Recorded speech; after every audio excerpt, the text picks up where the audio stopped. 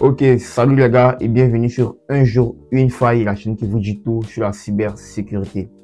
Donc les gars, avant de commencer, n'oubliez pas de vous abonner massivement à la chaîne si ce n'est pas déjà fait. Cliquez sur la cloche de notification pour ne rien manquer des prochaines vidéos et surtout lâchez un pouce si la vidéo vous plaît. Donc les gars, et si je vous disais qu'un seul scan F peut être la faille qui donnera accès aux cybercriminels à tout votre programme? Vous l'aurez bien deviné, aujourd'hui, on va parler d'une faille connue de tous, une faille même emblématique. Je veux bien parler de l'attaque de type buffer overflow. Dans cette vidéo, je vais vous décortiquer ce que c'est que vraiment une attaque de type buffer overflow. Et comme vous le savez, ici, en fin de vidéo, on aura une démonstration concrète de ce type d'attaque-là. Donc, restez jusqu'à la fin et surtout, on y va.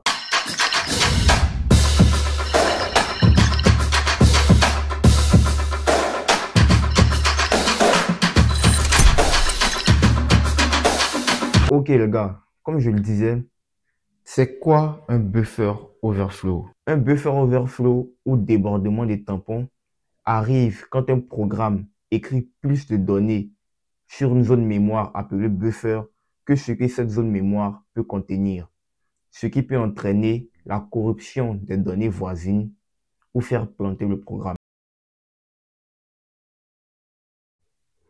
Ok, pour mieux comprendre le principe, imaginons une rangée de casiers pour livres, qu'on va appeler casier A et casier B. Si tu mets trop de livres dans le casier A, ceux-ci risquent de déborder dans le casier B, empêchant quelqu'un d'autre de mettre des informations dans le casier B. C'est ça en fait, le débordement des tampons. Consiste à dépasser, à remplir le casier A à débordement pour que ce dernier puisse déborder dans le casier B et empêchant ainsi l'écriture ou le remplissement du casier B. Ok, maintenant passons à la démonstration. Pour illustrer ce principe de buffer overflow, j'ai créé un programme qui va nous permettre de faire la démonstration. Voilà. Je vais vous présenter ce programme-là. Je ne vais pas vous présenter le code, mais je vais vous présenter ce que le programme fait. Ici, on aura un programme de type buffer.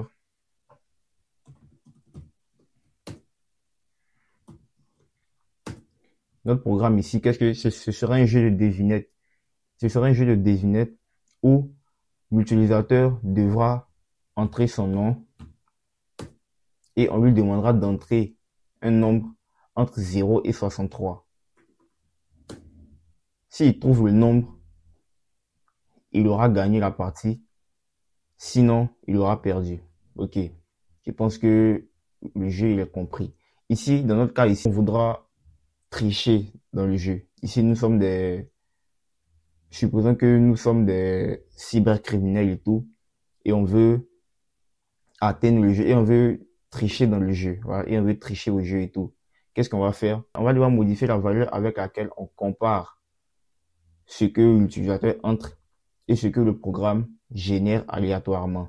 Donc, comment modifier cette valeur en mémoire? C'est ce qu'on va faire. Mais on va utiliser le principe du débordement des tampons pour pouvoir modifier cette valeur. Donc, je vais reprendre. Donc, pour ce faire, on va utiliser GDB. On va utiliser GDB et je vais rentrer dans la partie assembleur. Donc, pour ceux qui ne comprennent pas l'assembleur, ça serait un peu compliqué, mais bon. Je vais plus rentrer dans la partie assembleur. On va analyser l'évolution de la pile et on va savoir comment est-ce qu'on va faire déborder la valeur et on va savoir comment est-ce qu'on va faire déborder les valeurs pour modifier en fait la variable à modifier. Voilà. Donc, allons-y. On va utiliser GDB. Donc, on aura GDB buffer. OK. Allons-y avec la commande disassemble flavor Intel.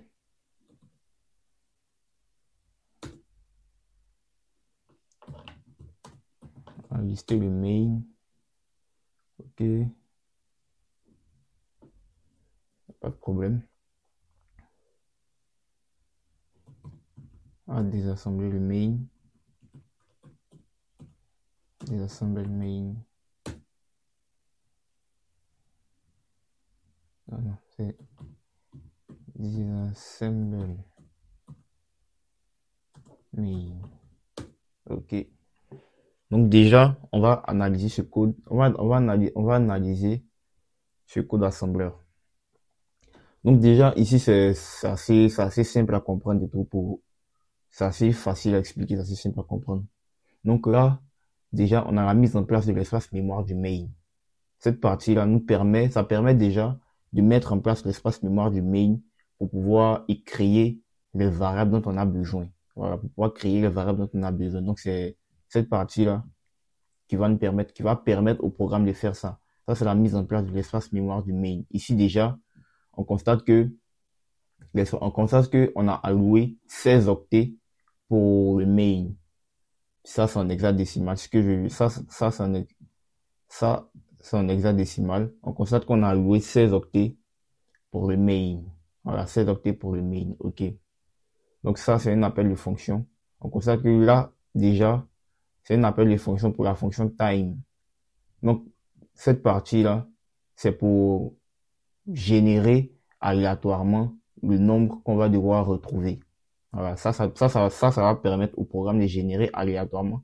Ces appels de fonctions vont permettre au programme de générer aléatoirement le nombre qu'on va devoir désigner. Voilà. Donc ça, c'est la génération aléatoire du nombre qu'on va devoir désigner.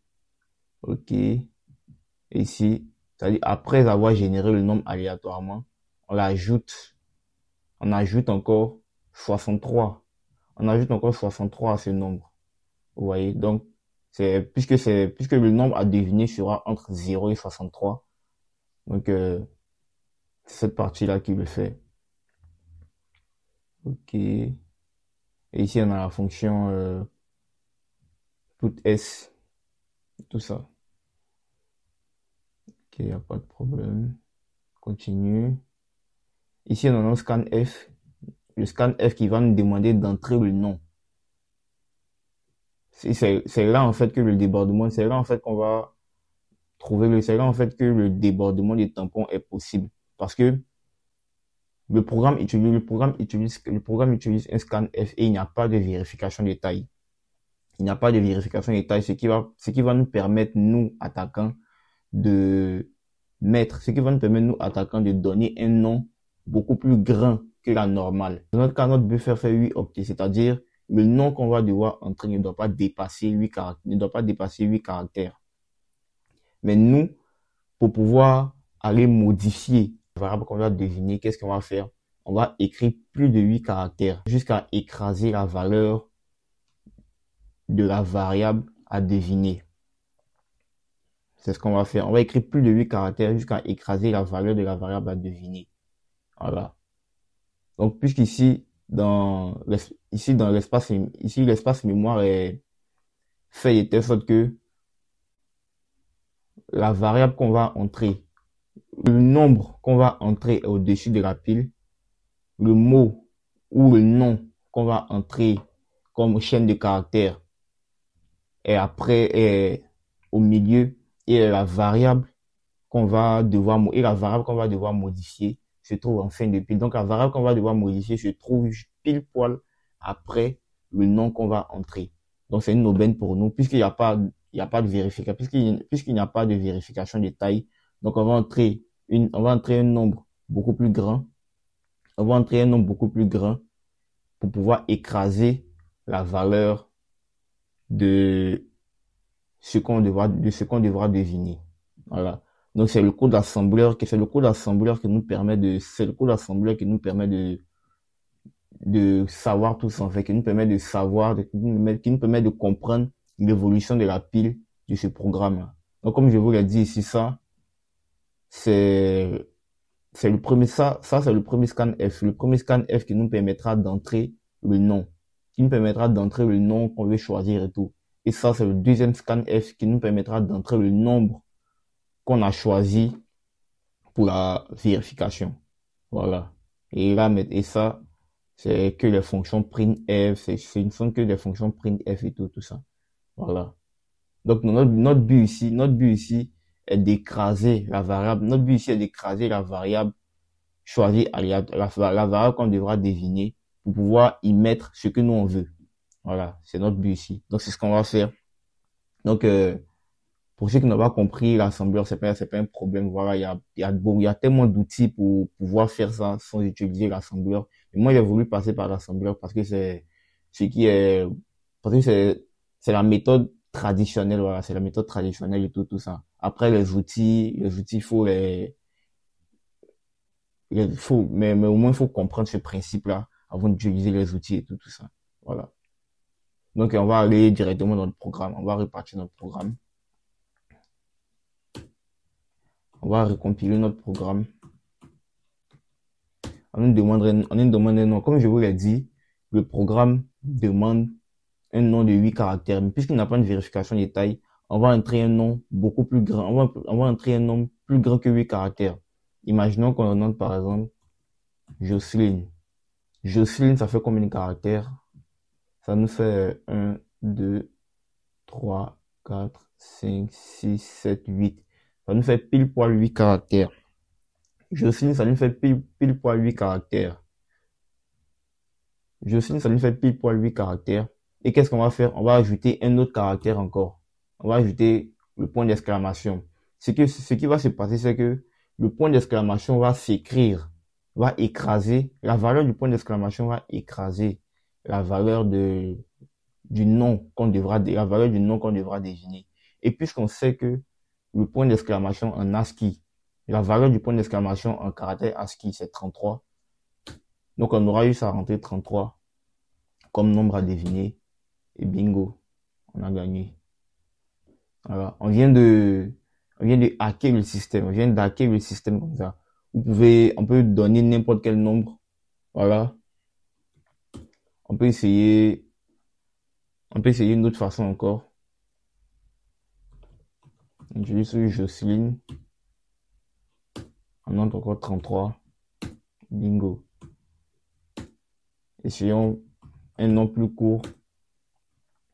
33. Essayons le même 33. Vous voyez, ça fonctionne plus.